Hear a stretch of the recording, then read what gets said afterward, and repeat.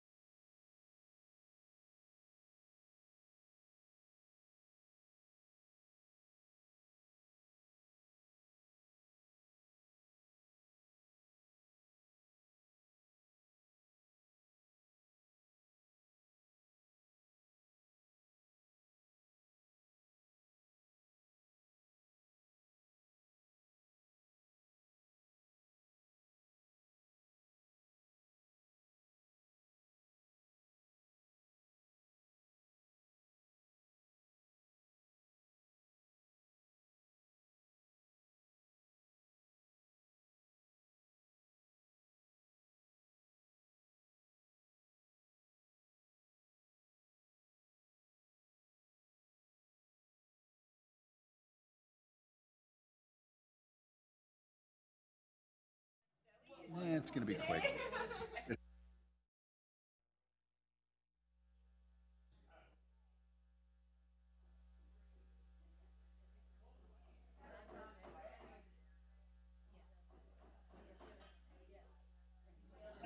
No. Good afternoon. I'm going to call the meeting to order. I'd like to thank everyone for being here tonight. I'd ask the clerk to announce the meeting and call the roll. A special session of the Unified Government of Wyandotte County, Kansas City, Kansas has been called for Thursday, August 30th, 2018 at 5:00 p.m. in the 5th floor conference room regarding the Community Health Improvement Plan. Immediately following, the Commission will reconvene to the 9th floor conference room for an executive session for an update on litigation. Roll call: Markley. Here. Walters. Philbrook. Here. Bynum. Here. Burrows. Here. Townsend. McKiernan. Here. Murguia. Here. Johnson. Kane. Here. Alvey. Here. Tonight we'll hear a presentation on the Community Health Improvement Plan. I'll turn it over to staff to make the presentation. Thank you, Mayor. Tonight's presentation is being led by the Health Department. Our Director of Health, Terry Breckhausen, is here. I will turn it over to him and he can introduce his team and for the presentation tonight. Terry? Thanks, Doug. 1, 2, 3, 4 down from me is Julianne Van Loo. I want to introduce her. She's our program coordinator for the Health Improvement Planning section of the Health Department, and she's our leader coordinator of our accreditation efforts, and she is the leader of the Community Health Improvement Plan, which coordinates all of this stuff that we're going to tell you this evening. I'm going to turn the microphone over to Julianne this time to lead the presentation. Thanks, Terry. Can people hear me okay? I've heard there's echo in this room. I also speak quickly, so please just flag me down. I don't want to go too fast. So I am really excited to be here. The health department has been undergoing incredible change and doing some really impressive and important work over the past couple of years, both internally and externally with our community partners. So today I'm going to talk briefly about accreditation, but most of the time we're going to be talking about the CHIP, or the Community Health Improvement Plan. So we'll go through accreditation, its requirements and timeline, because we have some requests of the Commission in that regard. And then we'll go through the CHIP in terms of the process, partners, and strategies, and ask you to consider at a later date adopting this as our Community Health Improvement Plan. So I know that everyone in this room is most likely familiar with the concept of social determinants of health. This is not something that's new, but I think it's appropriate to at least make sure we all have a baseline understanding as we kind of delve into this conversation. The left column here, if you're familiar with the county health rankings, these will look familiar to you. The numbers in parentheses are the Kansas rates, and the other ones are ours in Wyandotte County. So it's not surprising we have higher rates of diabetes, we have lower life expectancy, more of our residents report poor or fair health than at the state level, etc. This isn't news to you, but what I want to focus on is that the factors here that we've listed are not, generally speaking, health-specific factors. So we're talking about having higher rates of food insecurity, of being uninsured. We have lower rates of high school graduation. We have significantly higher rates of childhood poverty, etc. So I want us to be on this same page because I'm about to dive into some topics towards the second half of this presentation that are oftentimes thought of outside the realm of health. So we're going to be talking about jobs and about housing and about violence. These are factors that actually are much more important in terms of our health outcomes than we've ever previously realized. So, the last thing before we dive in is, for me, this map really tells it all.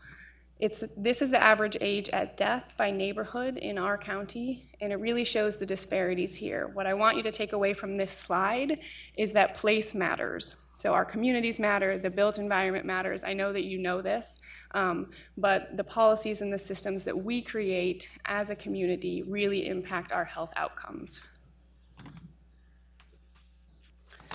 So because of the better understanding we have nationally and globally of the social determinants of health and their role in health outcomes, public health has shifted dramatically over the last century, 2 centuries. So there was originally a public health, what's now called 1.0 model. In the mid-1800s to mid-1900s, there was really this focus on vaccinations and air quality and sanitation, really important improvements. But they segued in the mid-1900s to a public health 2.0 model where they really realized that subpopulations are at higher risk for adverse health outcomes than others. So the AIDS epidemic really pushed that.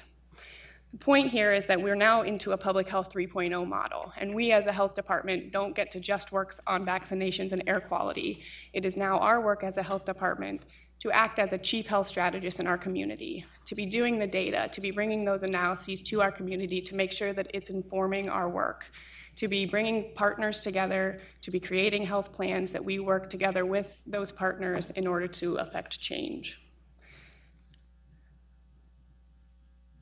So in order to fully move towards this public health 3.0 model, we are seeking accreditation as a health department. Accreditation as a health department is not required. We are currently functioning without being accredited. That is fine, but what accreditation does for a health department is make sure that you are continually moving towards a culture of quality improvement. It's about getting better as a health department across all of our divisions. The green box here, you can see some of the areas that accreditation requires we work on. There are 12 different domains. There are 212 specific standards and measures that I get to make sure we can document that we are meeting. It's very broad. It's a tremendous amount of work, and it's something the health department is undergoing. I think it's important that everybody is aware of this work and how the health department is evolving. Before we delve into the chip, I just wanted to briefly show you where we've come and where we're heading. So, like I mentioned, we started this work a couple years ago. We've vastly improved our quality improvement. We did a community health assessment. We participated in strategic planning. This year alone, we've fully implemented a successful performance management system. We've completed a workforce development plan. The CHIP will be published in a couple of weeks. Next year, we have a little more planning to do, and we will be applying for accreditation next July. So we'll circle back to this at the end when I make an ask to the commission, but we will be looking for some involvement in terms of accreditation, specifically in terms of our site visit. Could you explain one thing? Go back. The health in all policies work, what is that? So accreditation requires that health departments get intimately involved in policy at the local and somewhat at the state level as well. So there are several domains in accreditation that we're currently not meeting. In my opinion, we are not providing you with health impact assessments, for example, on many things. For example, the Northeast Area Master Plan process is happening right now, and if we were in line with accreditation, we would be more intimately involved in that work and making sure that health impacts to those sorts of plans are taken into consideration. Okay. So it's kind of the jargon in the field, they call it health in all policies, but it's really making sure that when you consider like a transportation initiative, for example, you're looking at it from a health lens, right? When we're talking about zoning and we're talking about dislocation of families, we're looking at it with a health lens. So what you're really saying is there's work to be done on this factor of health in all policies. Absolutely. That's what you meant by the work at the end. Thank you. Yes, and we intend to enter this field much more robustly as a health department. Really, it's about us providing you guys with the information that you need in a timely manner to make sound decisions that relate to health. Thank you. Yes. Okay, so that brings us to the CHIP. You saw on that slide that CHIP is part of accreditation. So we're required as a health department every 5 years to take the community through an assessment and a planning process. This is our first time doing it. I do want to note, though, that because this is an accreditation requirement, but it's not our only motive. We all know that we have poor outcomes, and it's time that we collectively work on them through this plan. You've probably read the HEAT report that came out from the Community Health Council, but this is my favorite quote from it, and it's something that I like to use in these presentations. It says, "There is nothing natural about today's community health landscape or the challenges it presents." So that's the lens we used as we approached this assessment and planning process. It's scary and it's challenging, but it also means that we have an opportunity to affect this landscape and to affect health change. Our community health assessment process was about an 18-month process. It included these 4 major areas that I'll just briefly cover. It was led by KU Center for Community Health and Development. We contracted with them, and very importantly, the Wyandotte Health Foundation funded that work. So these portions of the community health assessment, the local public health systems assessment looks at what clinics are available in our community, what hospitals, what's the health department doing, do we have health infrastructure? The concern survey was a paper and electronic survey that 2,300 residents filled out across our county. We're very proud of that because it was actually demographically representative of our folks. So we had representation of our diverse community, which is a big deal and difficult to do in survey work. We did our community health status assessment. So this is really looking at those county health rankings, at the behavioral risk factor surveillance survey, American Community Survey, all of these big national metrics that folks use to determine whether or not our community is healthy.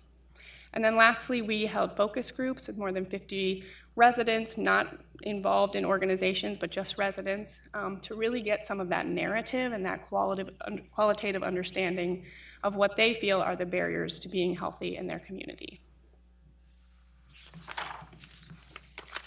So out of this long assessment process, 4 priority areas rose to the top and were identified as by our community as the areas that we need to work on if we're going to affect health. These are health access. This includes clinical and preventive care, but also behavioral health and dental care. Housing, which involves both access to affordable housing as well as safe housing.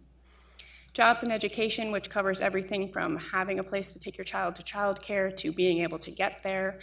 It's a pretty vast realm, which is new to me, but Greg will talk to us about in a moment. And violence prevention. And then I want to note this arrow down at the bottom that reads poverty, discrimination, adverse childhood experiences.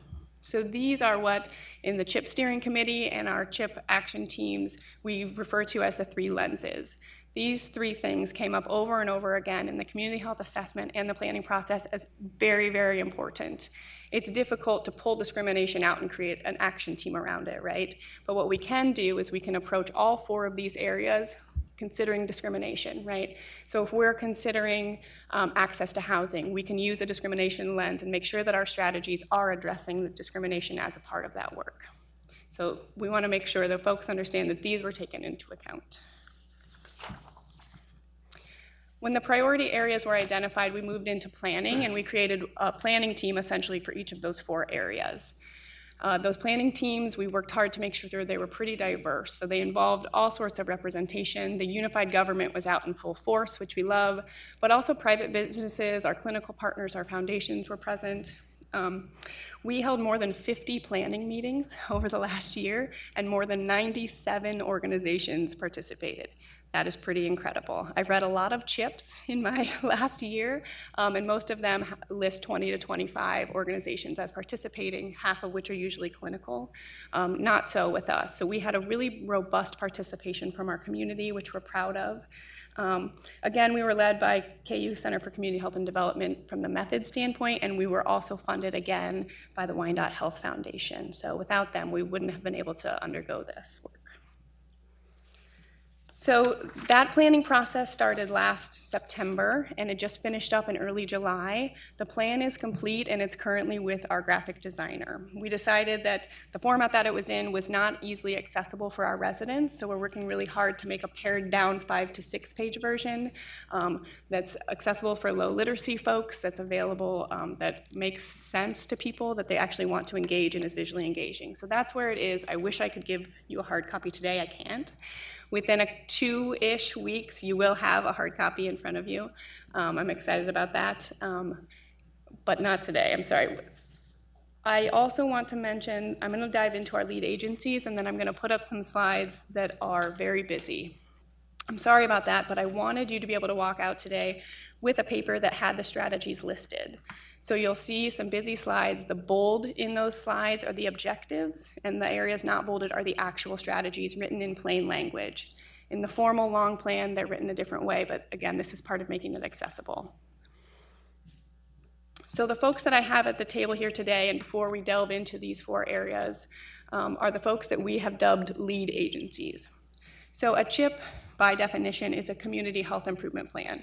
It is not a health department improvement plan, and if I can impress anything upon you, it's that. This plan will not work, it will not be successful if it doesn't maintain its identity as a community health improvement plan. So to that end, we've worked hard to identify what we are calling lead agencies who will really push, stay involved, and make sure this work actually happens. Each of these lead agencies kind of arose organically over the last 2 years through the health assessment and planning process, and we feel really confident these partners will maintain involvement in a substantial way. So from the Jobs and Education section, Wyandotte Economic Development Council. From Health Access, we have Vibrant Health. Safe and Affordable Housing is Livable Neighborhoods, and Violence Prevention is the Metropolitan Organization to Counter Sexual Assault. So these are the folks that we have here with us today. I wanted you to be able to see the people that we've partnered with really intimately and will be partnering with, and kind of hear from them about their work. So to that end, I will pass it over to Greg Kindle, President and Wyandotte Economic Development Council. Oh wait, I'm sorry, I have one more slide, I apologize.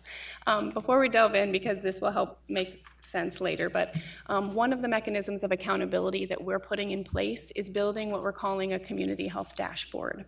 This is a very big deal. The big cities have this, right? So if you look at LA and New York, et cetera, they have these. I'm very excited about it because what it does is it adds a really strong level of accountability to the community. So this is a public-facing website. Anybody can go there at any time. The objectives will be there, the strategies will be there, the partners working on each strategy will be on this website, and most importantly, all of the outcomes related to this plan will be on this website. And you will be able to track in real time, regularly updated, the progress towards those objectives. So we really want to get to a place where we're transparent about the outcomes that we're expecting to see and whether or not we're actually meeting them. So it's a really exciting opportunity. United Way is our very strong partner on this and is making this happen. Along with the formal CHIP, this will go live within the next 2 weeks. So my apologies, without further ado, Greg Kindle. Thank you, Julianne. Mayor, Commissioners, Administrator Bach, thank you all for engaging in this community health improvement planning process. My name is Greg Kindle. I'm president of the Wyandotte Economic Development Council. Our mission is to grow the Wyandotte County economy through whatever means we possibly can. For many years, we've come before you all to discuss traditional economic development projects, but today, the #1 issue affecting our ability to drive economic development is workforce development, or more importantly, the lack of available talent. Without the talent base, there's little economic development. We're only just beginning to see an age in which the interconnection between talent and innovation are driving economic development throughout the country itself, right? There's a lack of people to fill the jobs. Our involvement in this process actually started a few years back when we initially thought that the problem was our unemployment rate. And technically that was my assumption, was that the issue we needed to address was to lower the unemployment rate in Wyandotte County. While that was true, it really was more of a symptom rather than the actual issue to helping our citizens overcome those barriers to employment. We recognized a couple of years ago that despite having several $1 billion worth of capital investments announced and thousands of jobs, that the median household income in Wyandotte County was not improving.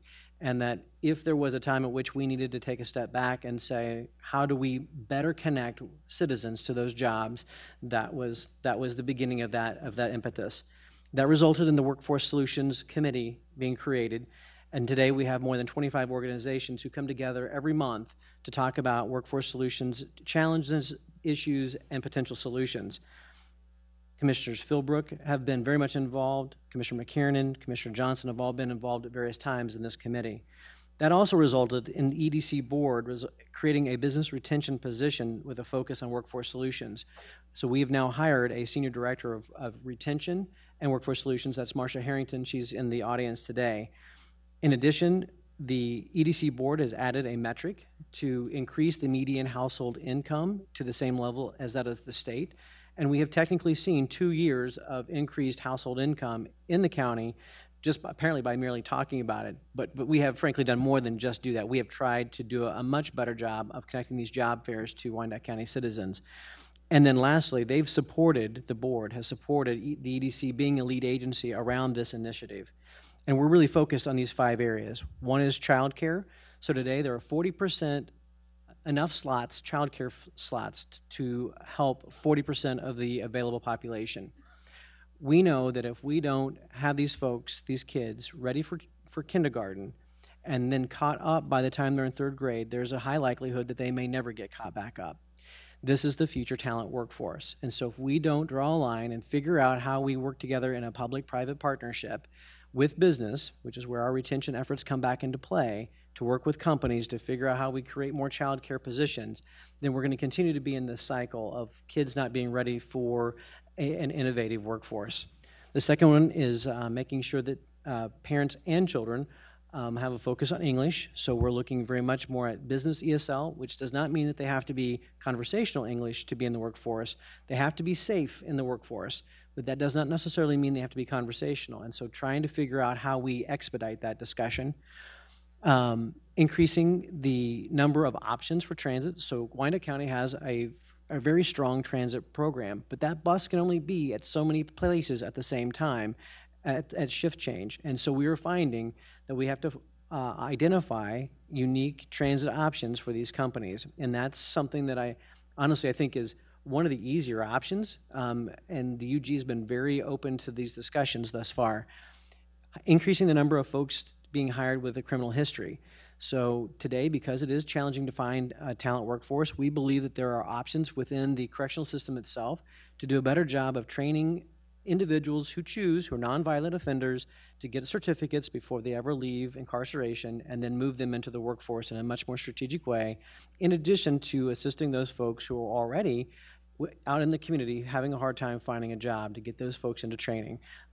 And there are many strategies under each one of these. I'm just going to be on a high level. And then the last one is this increased attainment of post-secondary education and the industry-recognized certificates.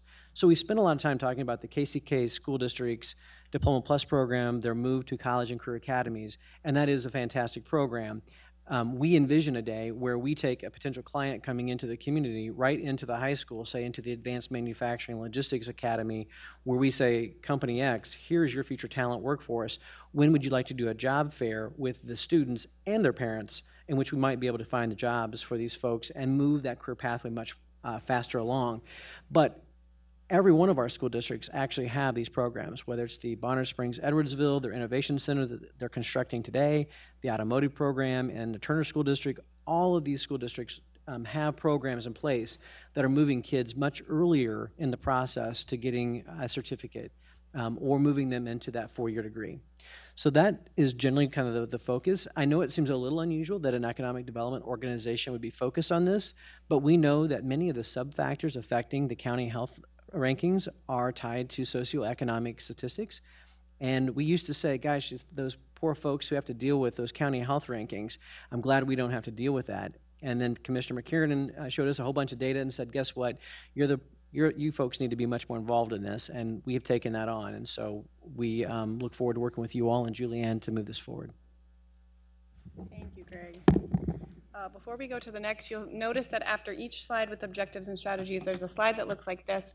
And I wanted to be able to see how the community health dashboard is growing. So this is actually a screenshot from the community health dashboard and what it will look like on the outcomes page in each of these areas. So you'll be able to see what the current state of like household income, for example, is and the goal we're moving towards. And then there will be an indicator bar of are we making progress in each of the areas. So. Next, we have Health Access. We have Patrick Salee, CEO at Vibrant Health. Thanks, Julianne, and thank you all for taking time for this presentation and this information. As you know, it's critically important in this community that we execute on this plan and that we make progress. And I expect when you get the full report in a couple of weeks, it'll be 20 or 30 pages long, and it'll be a lot of information, but I would encourage you to go through it. It's really important and really helpful to understand the big picture. So as Julianne said, my name is Patrick Salee. I'm the CEO of Vibrant Health. We are a healthcare provider in Wyandotte County. We have 3 locations currently across the city, and we provide medical, dental, and behavioral health services primarily to uninsured and low-income families, about 9,500 patients a year. So we've been engaged in this process since about the end of the assessment process when the planning began. And we talked to Julianne and the planning team about being in the lead agency role, and we're excited about the opportunity because we think if access to care is one of the priority issues here, that a healthcare provider needs to really be at the table for that. And frankly, all of the other providers like us have been at the table as well. So we're excited to be in a lead role. We're committed to seeing this planning process through. We have hired a staff member to focus their time on the planning work, and so they'll work hand in hand with Julianne and her team at the health department, and they'll work on some projects for us at our office, but they'll be a full-time employee of Vibrant Health focused on supporting this access to care work. You can see a couple of the goals here on this slide, and there's a lot of teams involved in committees supporting things like Medicaid expansion, and looking at hours of clinics. We've already been able to make some progress on that one and a couple other bullet points, but the planning team entirely for access has really jumped in and gotten after what are our goals and trying to make progress. So we're excited to be a part of this and looking forward to meeting these expectations. Thank you, Patrick. So again, you'll see what that will look like on the dashboard in terms of objectives. And I will turn it over next to Andrea Generou at Livable Neighborhoods. Hello, thank you. I'm Andrea Generou with Livable Neighborhoods, and as you all know, Livable Neighborhoods' mission is to partner with government and neighborhoods to improve the quality of life in our community. This is the first time we've really been involved in health conversation at Livable Neighborhoods, and so we were first asked to come to the table during the assessment process. We were a little excited and apprehensive. Our crowd was not really the health-focused crowd, so it was interesting for us. Because of that, there wasn't a lot of experience in working with housing issues with the group involved at the time. And so I fell into the role of being the lead for the safe and affordable housing strategies, which I was happy to do and I'm excited about. And so we have been helping to bring together a group. We're a little different, I think, than the other committees. They had already been doing a little work along this way with some groups beforehand. Our committee was kind of new coming together. It was the first time we were bringing groups of people together who work around housing. And so there were a few stumblings along the way, but I think that we've pulled together a good group and have come up with some very interesting objectives and goals. The two that you see there are they're a little more general because we were sort of starting from scratch. So increase the quantity and quality of housing for low to moderate income people in high opportunity areas, and also reduce the cost of accessing housing and the associated costs of living in the home. Those two seem to be the main ones that sort of bubble to the top in many of our conversations. So we're excited about jumping in and helping with this, and we look forward to the next step. Thank you. And I do want to throw in, Livable Neighborhoods is one of the partners that the health department has already successfully co-written a grant for, and they have received or been awarded funding for a position there who will also focus on this work. So that's part of our role as the health department, is to identify those resources. I want to spend 1 minute here because you will see some areas where there is not a numeric value or an outcome. I don't love this. I love numeric outcomes, but I think it's really important to note that there are some process measures that simply need to be process measures. In housing, for example, developing a Wyandotte housing guide came up over and over as something that our community needs. There's no measure. We either do it or we don't, right? So that's why you won't see a number in something like that. These process measures, we believe, are still very important. And the other one at the bottom here, residents disconnected from utilities for non-payment, does not have a number because we don't have access to that data today. We want access to that data, and part of our work in this area will be to get access to that data. But we feel really strongly that just because we don't have the data on something doesn't mean we shouldn't be working on it. So there are some areas where there's data missing, but part of the team's work and part of the strategies in here is to figure out how to find the baseline data and to move from there. So just wanted to explain that. And our last group is violence. So our lead agency is MOXA, Metropolitan Organization to Counter Sexual Assault, and Vanessa Crawford-Aragon is our lead there. She is actually presenting at a national sexual assault conference currently. So we have an excellent stand-in today, Dr. Jamela Watson-Thompson, who's the Associate Director of KU Center for Community Health and Development, and also the Director of the Thrive Violence Prevention Program in KCK. They also, along with MOXA, have been intimately involved in the planning process, so she's going to speak to the violence part today. Thank you, Julie, and thank you all for the opportunity to share on behalf of the Violence Prevention Planning Group. I should mention we have a couple of other representatives here today from that group, Dola Gabriel as well as Roger Crawford. And with that, when we think about violence prevention strategies and many of the other strategies that you've heard, ultimately what we're talking about are addressing what we're talking about as far as determinants of health, these underlying factors, housing, and others that contribute to the well-being of our community. And so with that, we know when we think about violence prevention, ultimately we're considering how do we foster safe neighborhoods free from violence is one of our key goals. And with that, we're considering how do we ensure that we're supporting an environment in regards to the infrastructure, and so how do we support strategies such as crime prevention through environmental design, where we're thinking about how to make the physical environment safer, as well as violence prevention programs that we know are effective. So having more walk on watch programs, safe routes to schools programs, as well as thinking about how do we concentrate and be systematic with our resources in regards to going where we have some high crime areas and some vulnerabilities so that in 5 years we can see some impacts. A second goal that we have is fostering and promoting community connectedness and resident support. So this one I really like because we're really focused on the youth voice, youth engagement, and youth perspective. And so with that, one of the strategies is looking at creating a youth community advisory board, which we have some partners that are excited about, making sure that we have access points to the community and those residents in the community that might be disproportionately experiencing violence, such as through violence prevention community health worker programs, and thinking about other gateways where we see individuals who might be prone to violence showing up, such as the hospitals. So places where we might have increased access to individuals and populations that are experiencing violence, making sure that we have those touch points. And then lastly, thinking about how do we address the cultural norms so that we're reducing tolerance towards violence. And so with that, thinking about campaigns at a couple of levels. One at the level of the unified government and employees and what we can do to ensure that we have a culture that is safe and protective of our employees as well as our constituents. And then also thinking through broader cultural norm change campaigns so that once again, we collectively are saying that we are not a community that tolerates or stands for violence. And so with that, I will give it back to you, Julie. Thank you, Jamela, and thank you for standing in today. I just have a couple of more things to go through before we wrap up here.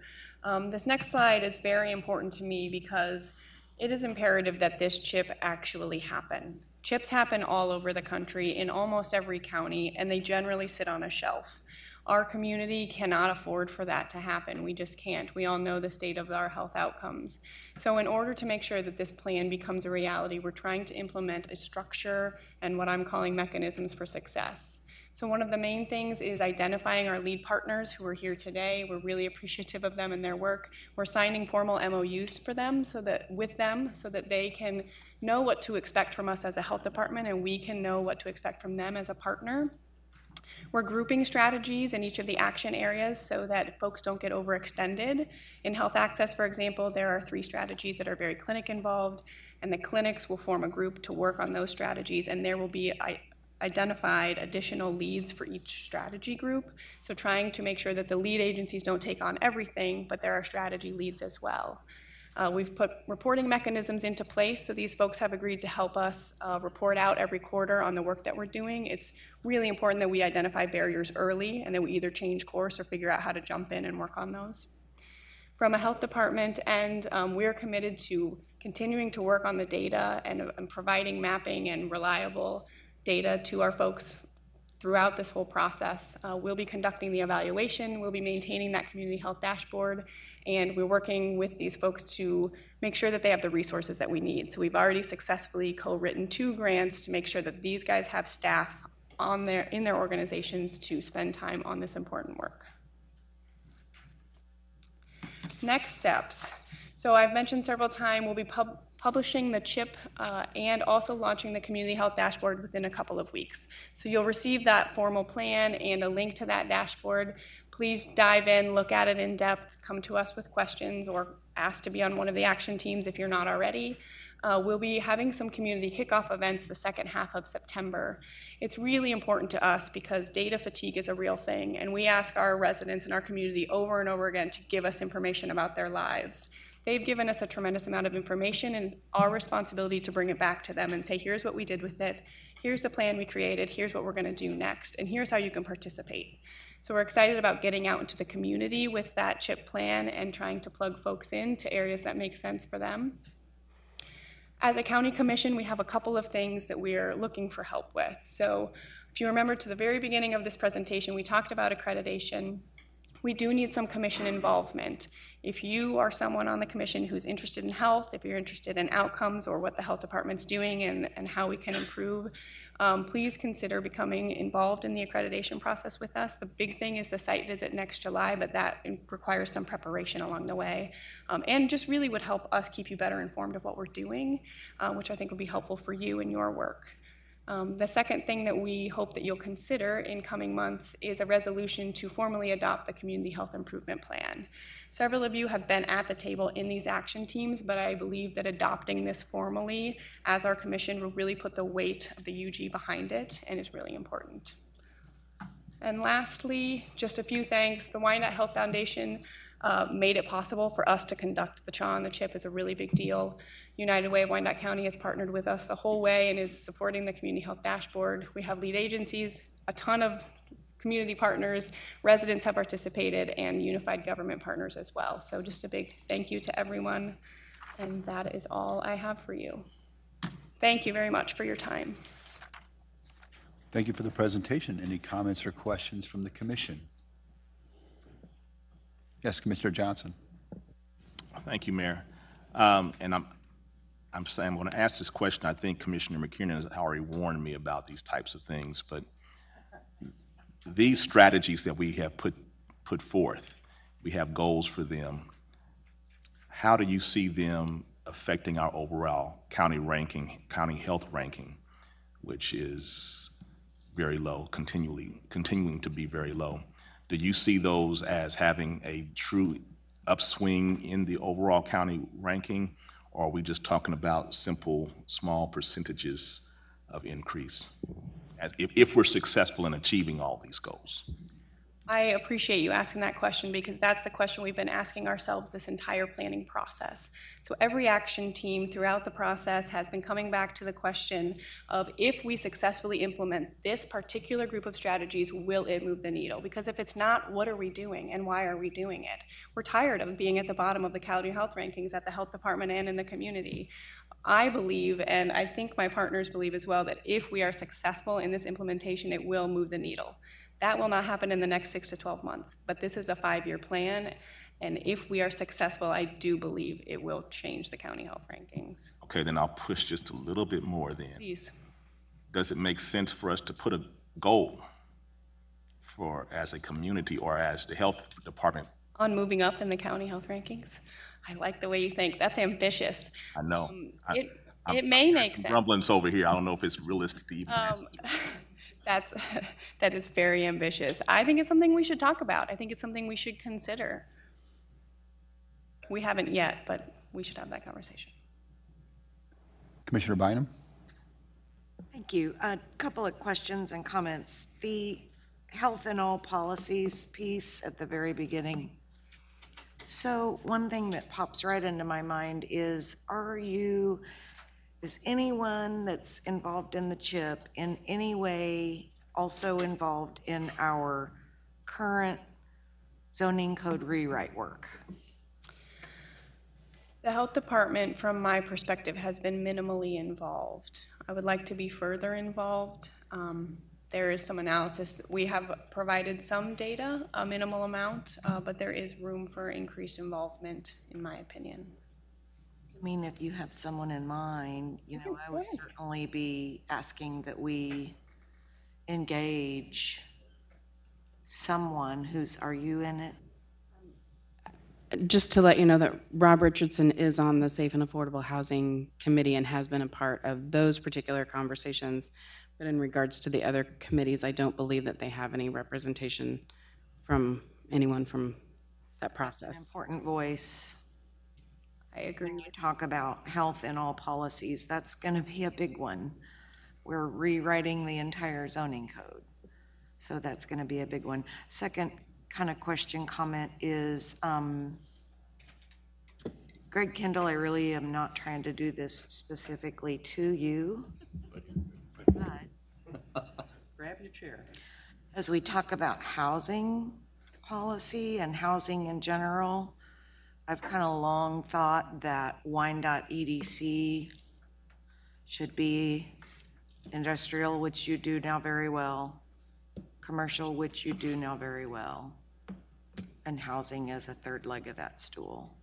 And I've thought that for a long time, and I feel like a person or a position around housing, either within your organization or within our government, is something that just doesn't exist, and I really think it should. So that's just a comment for everyone to reflect upon. And then last, you had said the CHIP is going to be ready in 2 to 3 weeks. Is that right? It'll be important for us. We're going to go into strategic planning in the next month or so, and so it'll be helpful for us to have that as we work on our commission strategic plan. Absolutely. So thank you. Commissioner McKiernan? Thank you, Mr. Mayor. I certainly thank you for all the work you've done, and if you'd have come to me 6 years ago and said, we're going to have a community health improvement plan and it's going to focus on things like employment and housing, I would have said, what? You're going to do what?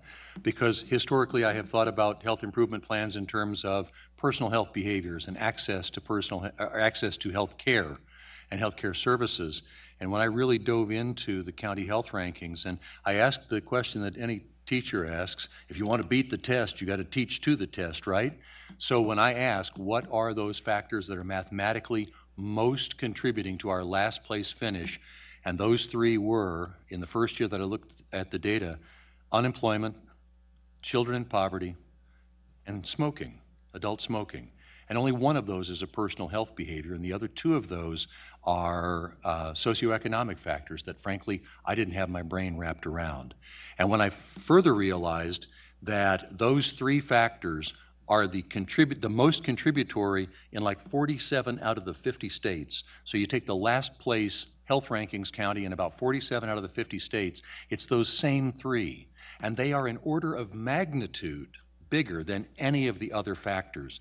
So it's been a complete shift in my thinking, and I see that you have similarly taken a shift in terms of how we're going to hopefully approach changing our health ranking, and more importantly, the health of our community. Now, I will caution Commissioner Johnson. I took the liberty of doing some calculations. So for each of the 30 factors that they gather data on, our ranking ends up being in each factor, and then our overall ranking, how far is our raw data away from the state average, either to the good or to the bad?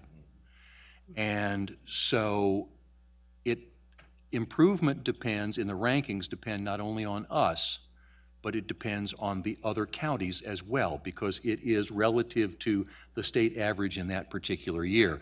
So I would encourage us to take the factors that we want to look at and look not at our ranking, but at the raw data.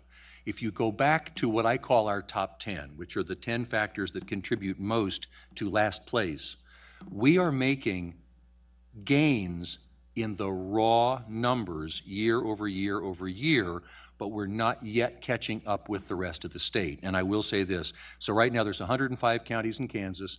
They rate 102 of those counties on health factors and create the composite score. We are 102 out of 102. If we come to the state average in those three, unemployment, children in poverty, and adult smoking, we will move one place, assuming that everybody else stays where they are, and it's a little bit of a funny way to do it, but if we come to the state average in those three, we'll move one place up.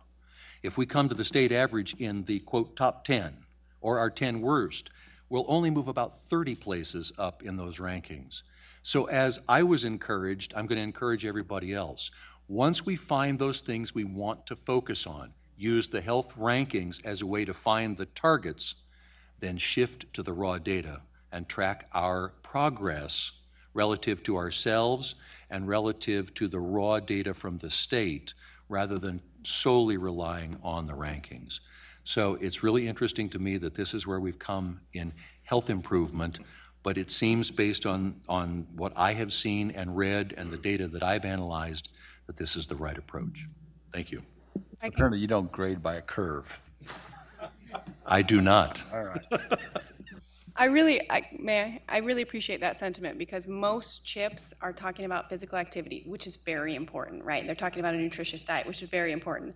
Our residents themselves identify the social determinants of health as their own barrier. So I really think it's a part of our community understanding where they are and what they need, and it's a big thing to recognize. Also, as a health department employee, I have to push back on the tobacco thing, because that is also quite socially determined. We have a large number of middle and high schools within 1 mile of tobacco outlets, so just something to consider. So I'm very excited that we finally see you in front of us. I know that not on your part, you guys have done a great job, but relating to how long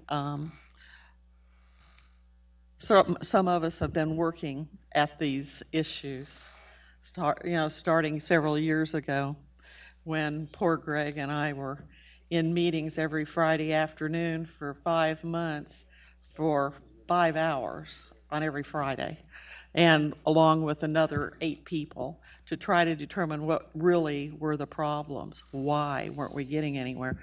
And as he said, when we finally figured out it's a social, cultural issue about education and how our children are raised and what they're exposed to, then the lights started going on, and we realized, oh, we got to deal with education from the time the child and before the child is born of the parent, on how the child is cared for and what they're exposed to. And one of the biggest things we figured out was there had to be a gainfully employed person in the home that liked what they were doing for a job and were a great role model for their child. So the kid had something to look forward to, except, so they weren't seeing all the negativity, all the bad stuff going on around them. So they actually had something positive to grow into. And I know that sounds oversimplistic, but folks, we make our choices with our emotions, and it's how we're exposed to things, how we choose to live. And so I want to thank you very much, Greg, for hanging in there and keep fighting it, because it was an uphill battle. I know it was, and I appreciate you talking with Wyandotte Economic Development to get them to understand how important it is. So thank you very much. Commissioner Murguia. I just have a couple of questions, and they're really elementary. Sorry for this, but I've always wondered, when we throw around the median income of an area, that statistic, we say whatever it was, 40,000 in Wyandotte County, Does that number include those that are not employed?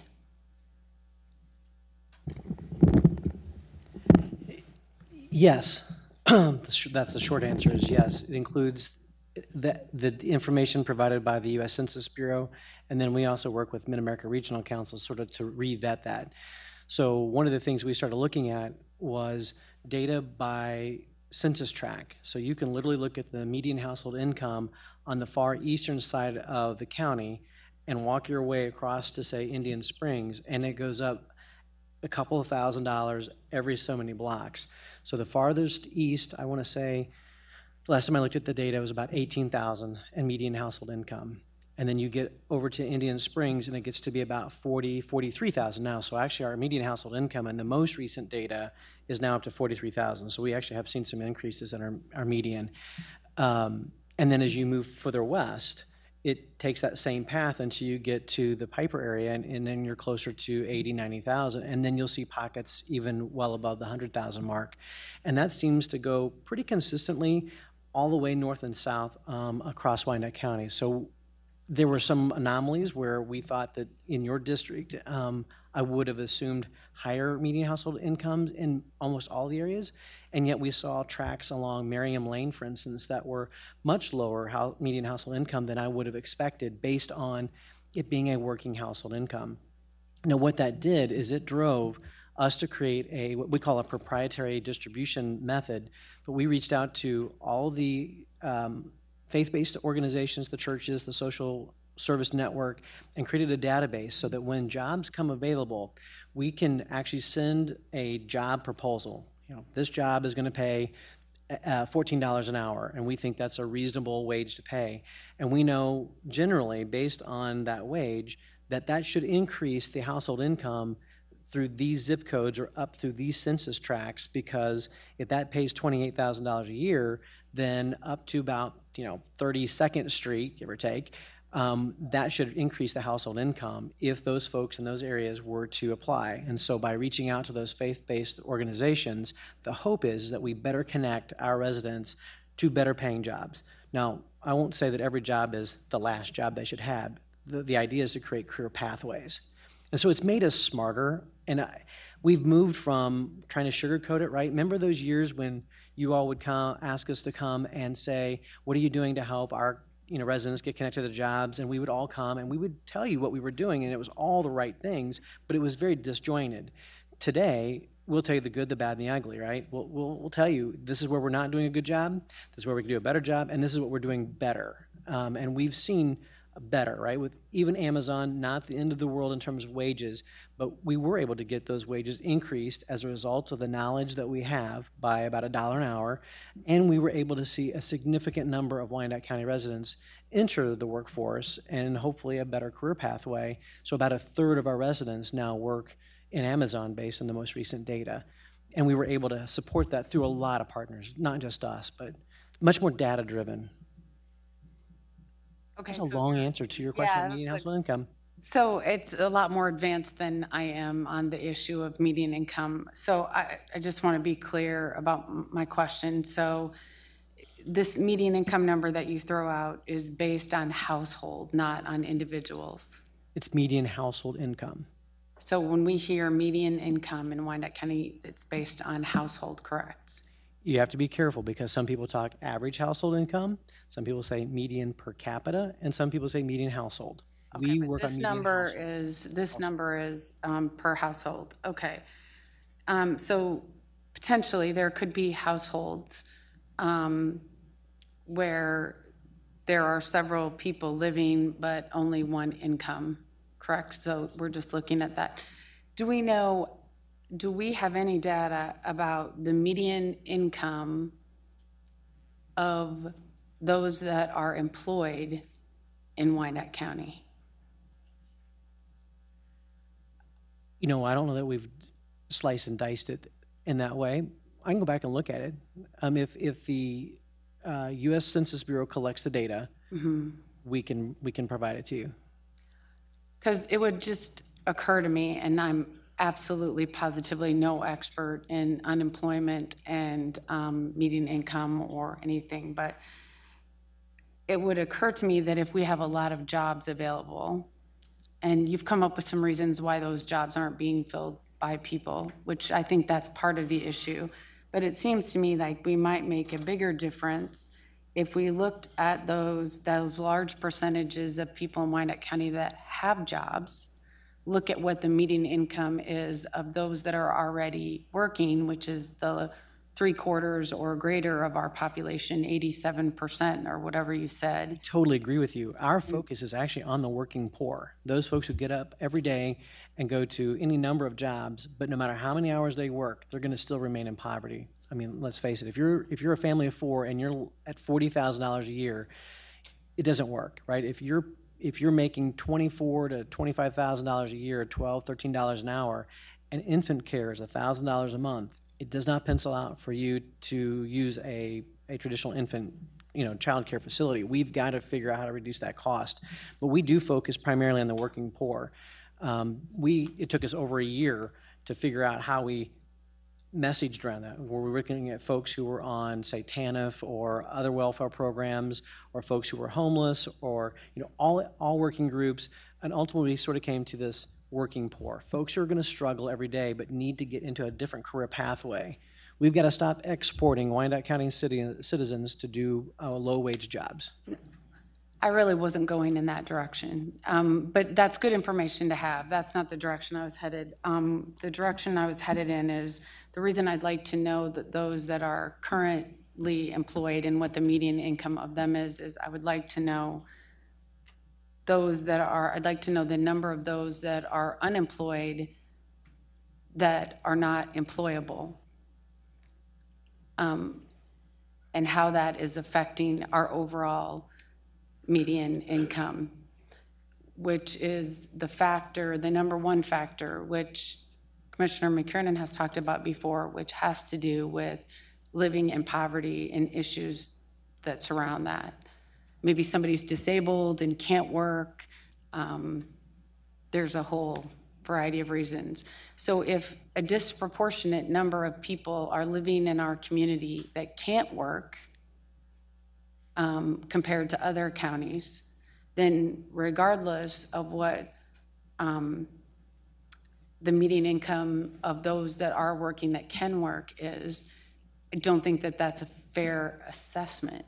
You see what I'm saying? I do. The only counter that I would say to that. Assessment, just let me finish this though. I think a better assessment would be to look at those that are working in Wyandotte County and what the median income is there, and somehow try to figure out those that are not working, if that is,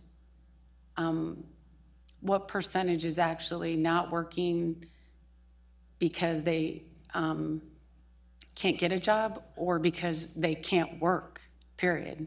They're on some sort of disability. The only thing I would say to you, because we did talk a little bit about that, is that when you look at our participation rates, I think sometimes there's this general thought that, we just don't have people in the workforce. But we actually have higher participation rates in the workforce than the state and national average. So it's not that we don't have people in the workforce, it's that the jobs that they have are not paying enough of a high enough wage. So I will go back and look at the employable piece up and see what we can extract out of it, but our participation rates are very high. Right. Well, I just would, if you have that number, I would like to know out of those that are currently employed. I know it's done by household, so that's probably difficult. Yeah. Those that are currently employed that are working, I'd like to know what that median income is in Wyandotte County. And that is the largest percentage. And then I think a different strategy would to then take a deeper dive into that 10% that's not working and look at what percentage of that 10% is not working that can't work. If that's only 2 or 3%, fine. But if that's 7%, that might explain a lot. And a lot of what you're trying to do might not have as big of an impact on our overall health ranking if those people can't work. I just know this because there's a lot of emphasis on, and I've always been very supportive of, a livable wage and people making more money. But there's also a large number of people, because I represent one of the lowest income districts, and you highlighted it yourself, you thought it would be wealthier than what it was. It's not. And I can tell you, because some of the barriers to that is that a lot of the people that live in my district, a larger percentage than even I would have anticipated are on some form of disability. And if they get a job, they can only work a limited number of hours or make a limited amount of money, or it affects how much disability that they will receive. So for me, I think that's a bigger issue where sometimes I believe if someone's working full-time and is capable, they should be making a livable wage. But I also believe that if somebody can make a contribution to our community through a job and keep their disability, sometimes a livable wage works against them, and it works against our county and our rankings as far as what our overall household median income is. That's why I think we need entry-level jobs for people that need that kind of employment, and we need higher-end jobs for that group of people that want to make more money and need to make more money. So there are jobs for all different kinds of people. And then I would just say, I haven't been involved in these discussions, but I would also say when you look at the statistics, I'm on the Kansas Board of Regents, and we look at data every single month for 2 days straight. And when you look at the eastern portion of Wyandotte County and you see where the people live with the lowest skill set, for example, the lowest graduation rates from high school, when you look at that, the jobs that they can access to get them started to begin to work their way out of poverty in Wyandotte County are not located where they live. They're located in the western portion of our county where it's much more affluent. So another approach would be encouraging business development for entry-level jobs in those neighborhoods where those people that have those limited skill sets live. Just like when you put a business in a neighborhood, you're probably not going to build a fancy clothing department store in Argentine. I'll use my own neighborhood because the income is not going to sustain it. The same goes that you're probably not going to build some high technology center that requires incredible engineering skills in my neighborhood if the employees that they have access to don't have that skill set. So I would say that there is benefit in recruiting entry-level jobs that offset populations, certain populations' income, as well as higher income jobs and increasing the skill set of the employee. I think there's some merit in looking at that, and I do think it's kind of a fair assessment of Wyandotte County, because I do think in our county we have a disproportionate number of poor people that, because of the way our government system is structured, are not able to earn over a certain dollar amount. And it's kind of a vicious cycle. Commissioner McKiernan? And I'm just going to add one thing onto the jobs piece, and I don't know how to interpret this. I don't know how to unpack this, but one of the things I did was when I looked at the health rankings, I took the #1 county, so the top-ranked county in each of the 50 states, and I took the number last, so whatever was last in all the 50 states. And I went to the Census Bureau and I just created a demographic comparison of those, the group of 50 that are in first place and the group of 50 that are in last place. And it is a striking demographic difference between the 51st and the 50 last. But there was one piece, and I don't know what this means, I still need to be educated, but one piece of data that the Census Bureau reports is employer establishments. Now, simplistically, I think that means places to go to work.